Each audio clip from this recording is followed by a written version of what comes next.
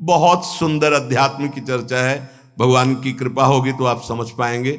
और इसका समझने का तात्पर्य है कि भगवान की तरफ दौड़ पड़ना।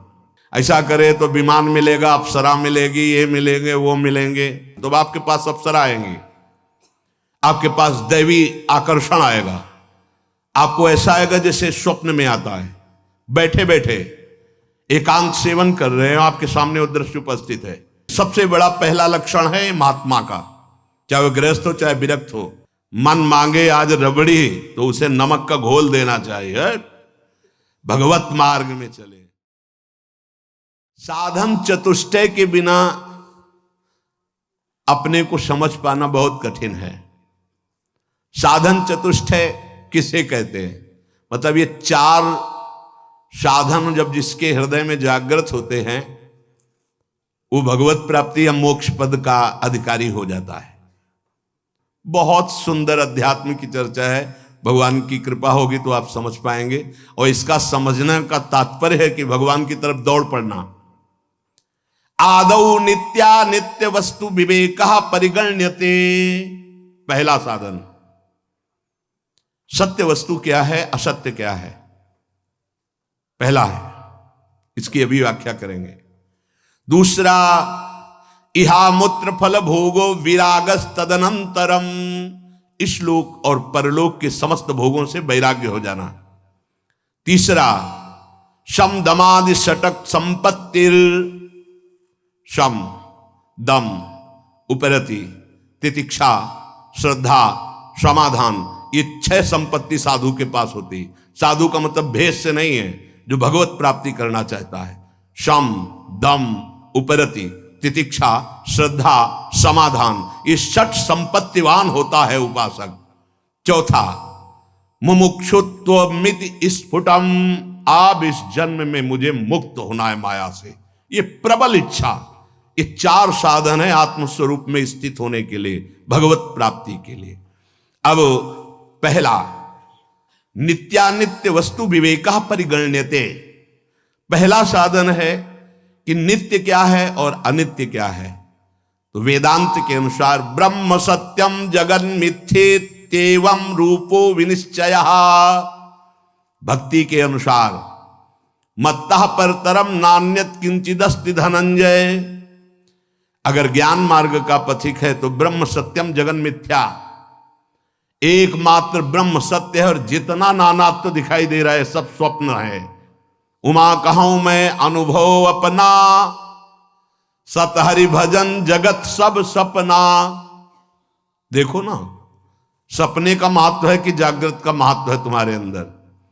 इसीलिए जननी जनक बंद सुत दारा, तनु धन धाम सुहत परिवारा, सबकी ममता ताग बटोरी, मम पद मने बांध बरडोरी, समदर्शी इच्छा कछु नाही, हरस शोक भय नहीं मन माही।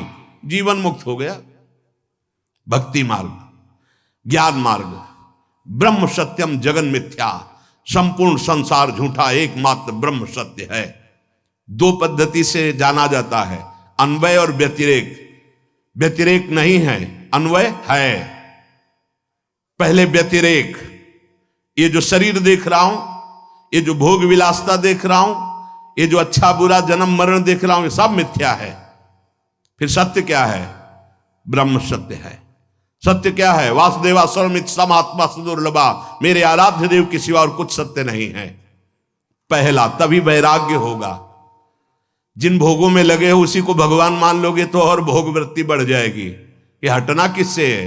नहीं, पहले जहां लगे हो उसे मिथ्या देखो, उससे वैराग्य करो, तब सत्य वस्तु जो जानोगे। क्या? हरि, ब्रह्म, जो भी नाम आप दो उसी एक परमात्मा तत्व के हैं। तो ब्रह्म सत्यम जगन मिथ्येत्येवं रूपो विनिश्चयः। जिसकी बुद्धि ने निश्चय कर लिया है कि एकमात्र आराध्य देव के सिवा सब झूठा, सारे रिश्ते नाते, सारी भोग विलासिता ये स्वाप्निक है, सत्य है तो सच्चिदानंद प्रभु सत्य है। ये पहला साधन, नित्यानित्य वस्तु का विवेक। नित्य क्या है? प्रभु ब्रह्म। अनित्य क्या है? उसके सिवा सब। इसीलिए बहुत कठिन पड़ता है, गुरु कृपा से ही ये बात समझ में आती है। दूसरा है इहामूत्र फल भोगो विरागस तदनंतरम। जितना भी हम देख पा रहे हैं और जितना सुन पा रहे हैं, इन सब भोगों से वैराग्य हो जाना चाहिए मुक्त होने के लिए। सुने हुए भोग, जैसे शास्त्रों में ऐसा करे तो विमान मिलेगा, अप्सरा मिलेगी, ये मिलेंगे, वो मिलेंगे, इतनी यज्ञ करने के बाद इस पद का अधिकारी होगा, इस पद का अधिकारी होगा, 100 अश्वमेध यज्ञ के बाद देवराज इंद्र पद का अधिकारी होगा, ऐसा तप करने से तप लोग जाएगा, ऐसा करने से महार लोग जाएगा, ऐसा होगा तो जन लोग, ये सब वेदों में वर्णन है। ऐसा करने से वो ब्रह्मलोक को जाएगा। आ ब्रह्म स्तंभ पर्यंतम सर्वम मायामयम जगत। जिस उपासक को ये बात समझ में आ गई, इष्ट के सिवा कुछ नहीं, न इस लोक के भोगों में राग, न परलोक के सुने हुए भोगों में राग, उस परम वैरागी को दूसरा साधन प्राप्त हो जाता है, जो दर्शन और श्रवणादि के द्वारा देह से लेकर ब्रह्मलोक पर्यंत संपूर्ण अनित्य भोग पदार्थों का घृणा बुद्धि से त्याग कर चुका है। नारायण स्वामी, ब्रह्मादि के भोग सब विषम लागत ताई, नारायण ब्रज चंद की लगन लगी जाए। समझो कितना कठिन है भोगों का राग। यहां से ही नहीं, यहां से लेकर ब्रह्मलोक तक कोई भी भोग उतरे और तुम्हारा मन चलायमान ना हो, उतरता है, उसे दूसरा नहीं जानता, वही उपासक जानता है जो जिस कोटि का होता है। जैसे आप मृत्यु लोक के भोगों पर विजय प्राप्त कर लिए तो आपके पास अप्सरा आएंगे, आपके पास दैवी आकर्षण आएगा, आपको ऐसा आएगा जैसे स्वप्न में आता है। बैठे बैठे एकांत सेवन कर रहे हैं, आपके सामने वो दृश्य उपस्थित है, चिल्ला पड़े, नहीं प्रियाजू, हे करुणामयी स्वामिनी, ये मेरा मन कहां खत्म दृश्य, आगे बढ़ो। हर लोक का भोग आएगा, हर लोक की आकर्षणकारी वृत्तियां आएंगी। बोले हमारे सामने तो नहीं आती, 100 ग्राम बर्फी में तो मन चलायमान हो गया, तुम्हारे सामने स्वर्ग का भोग आवे है। यहां का साधारण पांच भौतिक शरीर तो तुम्हें गिरा दिया तो तुम्हारे सामने अप्सरा आएगी। भले समझो, यहां लाख 10 लाख करोड़ का आदि तो तुम्हें गिरा दिए तो तुम्हारे पास सिद्धियां आएंगी। समझो, जब इस लोक के किसी भी भोग का आकर्षण उपासक के अंदर नहीं रहता, तब दैवी आकर्षण उपस्थित होता है। पूज्य पादुड़िया बाबा के पास ऐसी देव सुंदरियां स्वर्ण की थालों में विभिन्न प्रकार के खाद्य पदार्थ लेकर, और बाबा मुझे स्वीकार करो, भोग स्वीकार करो, भाग पड़े बाबा। और जब भागे बहुत और अंदर से पुकारा गुरुदेव, तब पीछे मुड़ के देखा कुछ नहीं, दैवी सब। उनको बड़ा आनंद आया कि चलो भयभीत हो गए, कम से कम राग तो नहीं हुआ, आगे बढ़े। इस लोक में जो दर्शन किया, श्रवण किया, परलोक की जो बातें श्रवण करी, कहीं भी कोई आसक्ति नहीं, घृणा बुद्धि से कि सब माया में जादू का तमाशा है, सत्य है तो प्रियालाल सत्य है, प्रभु सत्य है, उसे वैरागी कहते हैं। दूसरा साधन। तीसरा बहुत जोर की संपत्ति है, यह साधक की संपत्ति है। बोले शम दमादि षटक संपत्ति है। पहला शम, बार बार जो इंद्रियों में विषयों का आकर्षण आता है उसमें दोष दृष्टि होना, कुछ नहीं। कौन सा ऐसा द्वार है जहां से अमृत निकलता है? कौन सा ऐसा भोग है जो हमें परम सुख प्रदान कर सकता है? बार बार दोष दृष्टि, और उसका चित्त विरक्त हो गया है, चित्त, और अपने लक्ष्य पे स्थित हो गया है, उसे शम कहते हैं। चित्त को ही संकल्प विकल्प करने के कारण मन कहते हैं। जिसका मन अपने आराध्य देव में आसक्त हो गया है, कोई भोग उसे विचलित नहीं करता है, वो पहला संपत्तिवान है। शम रूपी संपत्ति उसको प्राप्त हो चुकी है। दूसरा, विषयेभ्यः परावर्त्य स्थापनम स्व स्व गोलके उभयेषा इंद्रियाणाम सा दमः परिकीर्तितः। बिना किसी भोग का अवलंबन लिए हुए हर इंद्रिय अपनी अपनी जगह अंतर्मुख। नेत्र खुले हैं पर केवल लक्ष्य दिखाई दे रहा है, कान है पर उसे केवल अपने आराध्य देव की बात, मंत्र, नाम सुनाई दे रहा है। हर इंद्रिय अपने गोलकों में स्थित होकर अंतर्मुख हो गई है। अभी हमारी हर इंद्रिय बहिर्मुख है। ज्ञानेंद्रियां और कर्मेंद्रियां दोनों को साधक ने खींच लिया है, और खींच करके अपने स्थानों पर स्थित कर दिया है, उसे दम कहलाता है। वो उपासक दम संपत्तिवान है, अपनी 10 इंद्रियों को अधीन कर लिया है। क्यों? क्योंकि शम में ही पहले घृणा हो चुकी है, यहां से लेके ब्रह्मलोक तक के भोगों से दोष दृष्टि हो गई है उसकी। उन भोगों से उसको किंचन मात्र भी सुख की आशा नहीं रही, तो इंद्रियां अपने आप अंतर्मुखी हो गई। वो दम स्थिति को प्राप्त हो। बोले तुम में दम हो तो करके दिखाओ। तो सच्चा दम यह है कि अपनी इंद्रियों को, चाहे ज्ञानेन्द्रीय चाहे कर्मेंद्रीय, वो भोगों से हटा करके सच्चिदानंद अपने लक्ष्य में स्थित है। वृत्ति का बिल्कुल बाह्य न होना, किसी भी बाह्य विषय से आकर्षित न होना, इसी का नाम उपरति है। कई बार चर्चा की है। पहले शम दम उपरति। भोगों की लालसा है पर मैं भोगूंगा नहीं, क्योंकि भगवत प्राप्ति करना इसे त्याग कहते हैं। यहीं से शांति शुरू हो जाती है। त्यागात् शांतिरंतरम, ये पहला त्याग। दूसरा, भोगों की उपस्थिति होने पर ये भोग सुख देंगे, ये भाव ही खत्म हो चुका है अंदर से, उसे वैरागी कहते हैं। तीसरा, ये भोग है ऐसी वृत्ति ही खत्म हो चुकी, उसका नाम उपरति है। सम दम उपरति। सम अपने चित्त का, अपने मन का आराध्य देव में स्थित हो जाना, कहीं आकर्षित ना होना। दम अपनी 10 इंद्रियों को निज गोलकों में स्थित करके अंतर्मुख कर लेना। उपरति, किंचन मात्र त्रिभुवन में कोई भोग सामग्री भी है ऐसा भान न रह जाना, उसे उपरति कहते हैं। अब तितिक्षा, सहनम सर्व दुखानां प्रतिकार पूर्वकम चिंता विलाप रहितम सा तितिक्षा निगद्यते। उपासक को जो तितिक्षु है, सहनशील, सबसे बड़ा पहला लक्षण है महात्मा का, चाहे वह गृहस्थ हो चाहे विरक्त हो, भगवत मार्ग के पथिक का। तितिक्षवः, भगवान कपिल देव जी ने कहा। फिर कहा है कारुणिका सुहृदा सर्वभूताना। आगे बात अलग है। पहला है तितिक्षवः। किसे कहते हैं तितिक्षवा? बोले सहनम सर्व दुखानाम, समस्त दुखों को बिना प्रतिकार किए हुए सह जाना। कोई निंदा कर रहा है, कोई अपमान कर रहा है, या शरीर रोग से ग्रसित हो गया, या कुछ भी, हर दुख को सहना, अपनी दिनचर्या में फर्क नहीं पड़ने वाला। सच्ची बात समझना। एक संत को देखा तो वो एक करवा रखते थे और उसमें पंजीरी रखते, सेनपुर में, जिसमें बाबा सरकार मग्नानंद सरस्वती जी रहते थे, पास में ही था, वो उनका आश्रम था। वो 4 घंटे गंगा जी में खड़े होकर के मंत्र जाप करते थे। अलग अलग संतों की दिनचर्या होती है। तो कछुआ ने काट लिया। अब रोज खड़े होना, कोई औषधि नहीं, प्रतिकार नहीं उसका, तो वहां सड़न पैदा हो गई और पूरा पैर पक गया। अब उनसे जब औषधि के लिए कहा जाता तो वो मना कर देते थे कि नहीं नहीं ठीक है, कोई परेशानी नहीं। सच्ची तितिक्षा ये है कि प्रतिकार किए बिना आए हुए प्रारब्ध भोग को सह जाना।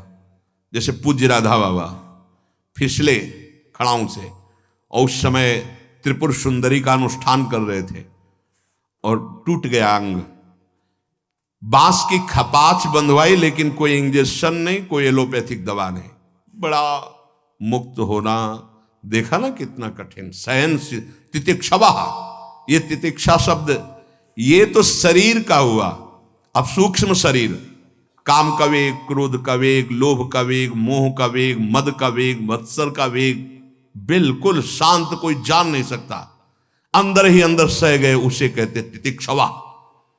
बिना कोई प्रतिकार किए सारे कष्टों को सह जाना, सर्दी गर्मी बरसात। तो सहनम सर्व दुखाना म प्रतिकार पूर्वकम, बिना कोई प्रतिकार के आए हुए हर दुख को सह जाना, ये सहनशीलता है, ये तितिक्षा है। फिर श्रद्धा, शम दम उपरति तितिक्षा और श्रद्धा। जैसा गुरुदेव बोले बिल्कुल वैसा, बिना विचार किए वैसे का वैसा मानना। जैसा शास्त्र आज्ञा कर रहा है वैसे का वैसा मान लेना, इसे श्रद्धा कहा गया है। और श्रद्धावान लभते ज्ञानम, वही शुद्ध ज्ञान और भक्ति को प्राप्त होता है। तुम्हें लाभ दिखाई दे रहा है लेकिन गुरुदेव को हानि दिखाई दे रही, गुरुदेव की बात मानो। नहीं, जो वो कह रहे हैं हमें अक्षरशः पालन करना है। अब इसके बाद समाधान, कई बार कहा है कि चित्त का समाधान हो जाना चाहिए, साधक का समाधान के विषय में कोई प्रश्न नहीं होना चाहिए। क्या समाधान?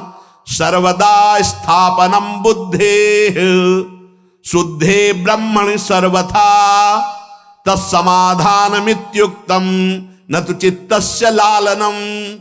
कह रहे हैं चित्त का दुलार करना समाधान नहीं कहलाता।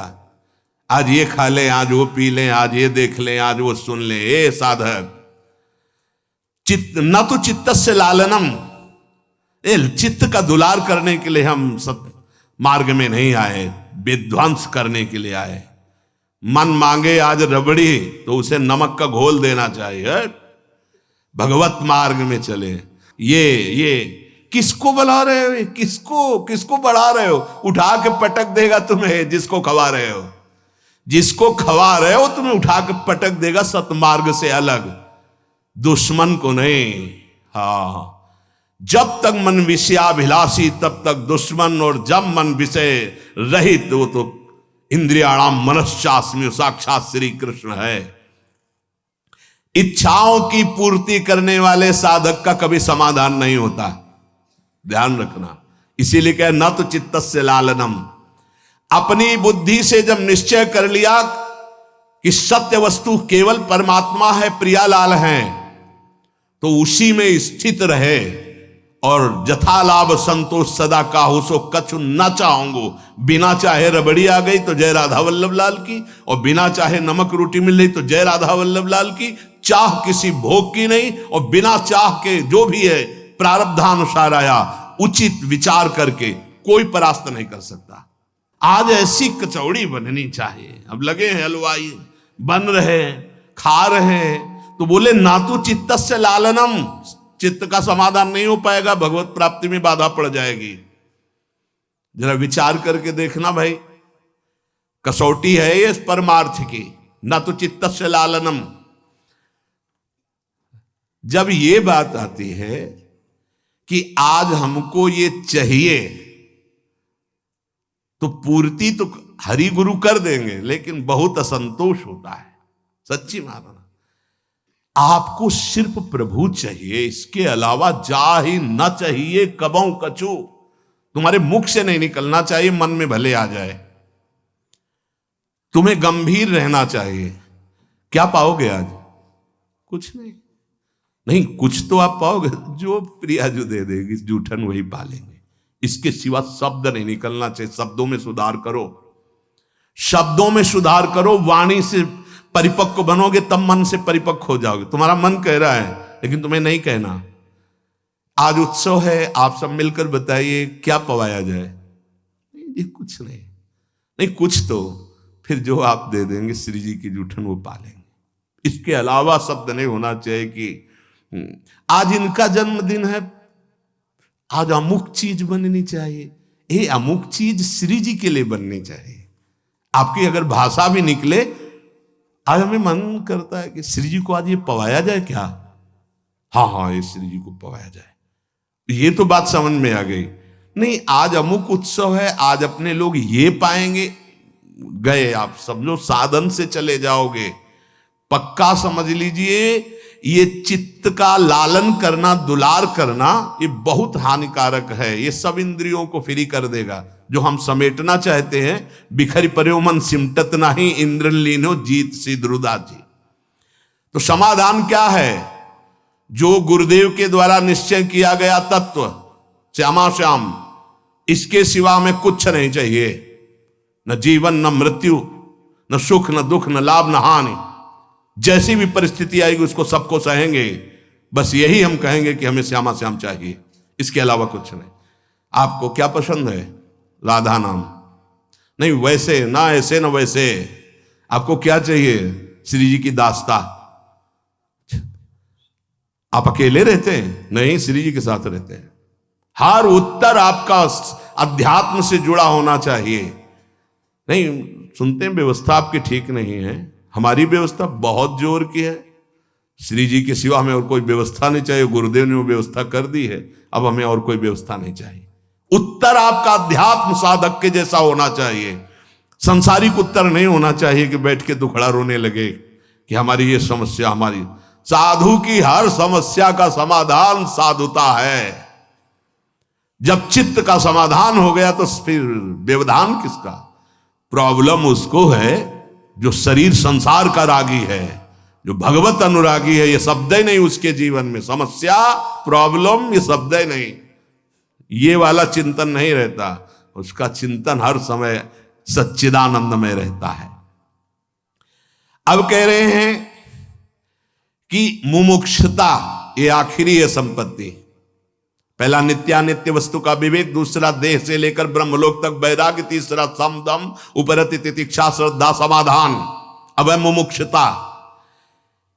ये अहंकार से लेकर देह पर्यंत ये सब अज्ञान कल्पित माया के द्वारा रचा हुआ ये मैं नहीं हूं, मैं जानना चाहता हूं कि मैं कौन हूं, इसे मुमुक्षुता कहते हैं। मैं मुक्त होना चाहता हूं, मैं अविनाशी हूं तो कैसा हूं, मैं इस विनाशी शरीर में फंस गया हूं, कोई मुझे मिले और मुझे बोध करा दे। वो जो मुमुक्षुता उसके अंदर बढ़ती, उसे मुमुक्षुता कहते हैं। जब ये चार साधन हृदय में जागृत होते हैं तब परिचय प्राप्त होता है शरीरों का। स्थूल शरीर किसे कहते हैं? ये जो आप देख रहे हैं, मज्जा स्थिमेदः पल रक्त चर्म त्यागाभयैर्धातु भिरे भिरन्वितम पदोरुवक्षो भुज पृष्ठमस्तकै रंगैरुपांगैरुपयुक्तमेतत् अहममेति प्रथमित शरीरम मोहास्पदम स्थूलमितिर्यते बुधैः।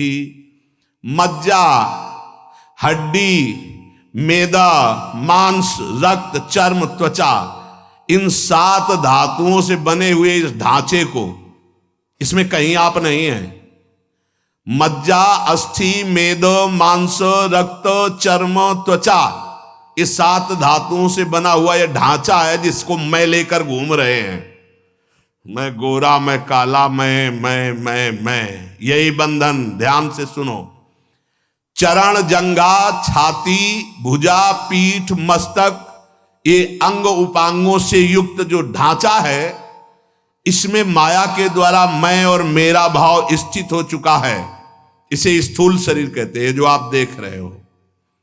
ये आकाश, वायु, जल, तेज, पृथ्वी, ये 5 भूतों से बना हुआ है। इसमें मज्जा, अस्थि, मेद, मांस, रक्त, चर्म, त्वचा है। इसमें चरण, जंघा, छाती, भुजा, पीठ, मस्तक आदि अंग उपांग हैं। और इसमें जो अहंकार हो गया कि मैं स्त्री, मैं पुरुष, मैं गोरा, मैं काला, मैं बलवान, मैं जवान, मैं महत्वशाली, मैं अमुक कुल का, यही तुम्हारी दुर्गति का कारण बंधन है। अहंकार स्थूल बिल्कुल अलग है, बिल्कुल एक कपड़ा है, आत्मस्वरूप नहीं है। और इसे हमने आत्मस्वरूप मान रखा है, मैं। इसी से 5 विषयों का भोग करता रहता है अहंकारी, शब्द, स्पर्श, रूप, रस, गंध। ये स्थूल शरीर मूढ़ पुरुषों को बांधे हुए है, ज्ञानियों को नहीं, प्रेमियों को नहीं। थे बचन मिथुन मुख निसरत सुन सुन देह दसाकिन भूलो। किसी भी मार्ग के पथिक हो, पहले इससे राग अपना हटाना पड़ेगा। बिल्कुल ठसा बैठा है, मैं स्त्री, मैं पुरुष। देख लो, जब तिलक लगाते हो तो शरीर के माथे पे लगाते हो या अपने? देख लो, अपने लगाते हैं। हाँ, यही अहंकार, इसी को भूलना है। एक स्थिति ये भी आती है कि ये सब भूल जाते हैं। लिखन्ति भुज मूल तो न खलु शंख चक्रादिकम विचित्र हरिमंदिरम न रचयन्ति बालस्थले लसत तुलसी मालिकाम दधत कंठ पीठे नवा गुरुर भजन विक्रमात् को इहिते महाबुद्धया। वो ऐसी स्थिति को पहुंच गया, होश ही नहीं तिलक लगाने का, कंठी बंदी की नहीं, होश ही नहीं, क्योंकि शरीर ही को होश नहीं है। पर वहां तक पहुंचने के लिए लगाना है। ऐसा ना हो कि कल से लगाना बंद कर दे कि हम उस स्थिति में। हाँ नहीं, ऐसे बहुत जल्दी आज सिद्ध हो जाते। ये स्थूल शरीर का राग विषय भोगों में फंसाता है। स्थूल शरीर समझ गए? इसका राग शब्द स्पर्श रूप रसगंध भोगना, ये काले सर्प से भी अधिक भयानक जहरीला है। सामने अब उसकी व्याख्या कह रहे कि काला सर्प डसेगा तो जब डसेगा तभी मरोगे, एक ही शरीर नष्ट होगा। ऐसे देख ले तो मर जाएगा, सूंघ ले तो मर जाएगा, छू ले तो मर जाएगा। क्या? शरीरों का राग। बोले एक जन्म नहीं 7 जन्म तक, जन्म जन्म नहीं जन्म जन्म, क्या बोलता चला जा रहा है। शरीर राग कैसे बोल रहा है? हम जी नहीं सकते तुम्हारे बिना। क्या हुआ? बोले देख लिया मर गया। क्या हुआ? बोले छू लिया मर गया। सांप ने तो डसा तो एक शरीर नष्ट किया, और ये अनंत जन्मों से आसक्ति चली आ रही, स्त्री आसक्ति, पुरुष आसक्ति, भोग आसक्ति, श्रवण देखना, क्या क्या सब प्रपंच। आंख से देखने वाले तक को मार देगा यह विषय। सौबरी जी 50 ब्याह, अजामिल पूरी जिंदगी बर्बाद। वो तो पुत्र के बहाने नारायण, देख लेने से मार देगा, डसने की जरूरत नहीं है। हाँ, शरीर में पूरा विषय विष भरा हुआ है, आकर्षण, आसक्ति, राग। बीछी के पूंछी बसे, बिच्छू के तो पीछे केवल डंक में जहर है, और मुख में बसे भुजंग, सांप के केवल मुख में है। मुख भर न डसने पावे तो खिलौना है, वो कुछ नहीं है। केहर के नख में बसे, सिंह के पंजों में विष है, वो मार दे तो मूर्छित हो जाओगे। और पांचभौतिक शरीर के सब अंग में जहर है। इसकी रचना ऐसी हुई है, सब अंग में। देख लिया तो मर गए, छू लिया तो मर गए, भोग लिया तो मर गए। मर गए, अब जी नहीं सकते, ऐसे दलदल में फंस गए, भोगना ही पड़ेगा। अब कोई निकला हुआ महापुरुष तुम्हें निकाल ले तो निकाल ले, नहीं। ये भोगों का दलदल ऐसा है कि बातें बनाते रहो, कसम खाते रहो, भोगते रहो। पक्की बात, गंगा मैया और जमुना मैया और भगवान और चाहे जिसकी कसम खा लो, जिस दिन भोग सामने आएगा परास्त करके बैठ जाएगा आपको, आपके चित्त में गिरा के बैठ जाएगा। ये बड़े बड़ों की बात है, छोटे की बात नहीं। इसे कहते हैं स्थूल शरीर, जिसे आपने अभी सुना। जब कोई स्थूल शरीर का राग रखकर इस परमार्थ में आता है तो उसे ये परमार्थ ऐसे लील जाता है, परमार्थ को ऐसे लील जाता है जैसे तैर कर जाने वाले को मगरमच्छ लील जाता है। शरीर रागी। फिर क्या होता है? दंभ और पाखंड। परमार्थ पाई भर नहीं होता और पूरा किलो भर पाखंड अंदर बैठ जाता है। बिल्कुल पक्का समझ लो, शरीर राग। शरीर राग ही नष्ट करना बैरागी का पहला धर्म है। कहीं और भाग के जाने की जरूरत नहीं, सत्संग में भाग के आने की जरूरत है। सत्संग से ही सर्वसंगोपहो ही माम। नहीं, चाहे जितनी गुफा में बैठ जाओ, इसका राग बना रहेगा। जिसने गुरु कृपा से प्राप्त विवेक और वैराग्य के तलवार से इस शरीर राग रूपी ग्राह को नहीं मारा, वो इस संसार समुद्र में तत्काल लील लिया जाएगा, आगे कदम परमार्थ में नहीं चल पाएगा। और जिसने गुरु कृपा पात्र बन करके विवेक रूपी तलवार से इस शरीर राग को नष्ट कर दिया, वो सुखपूर्वक संसार समुद्र से पार हो जाता है।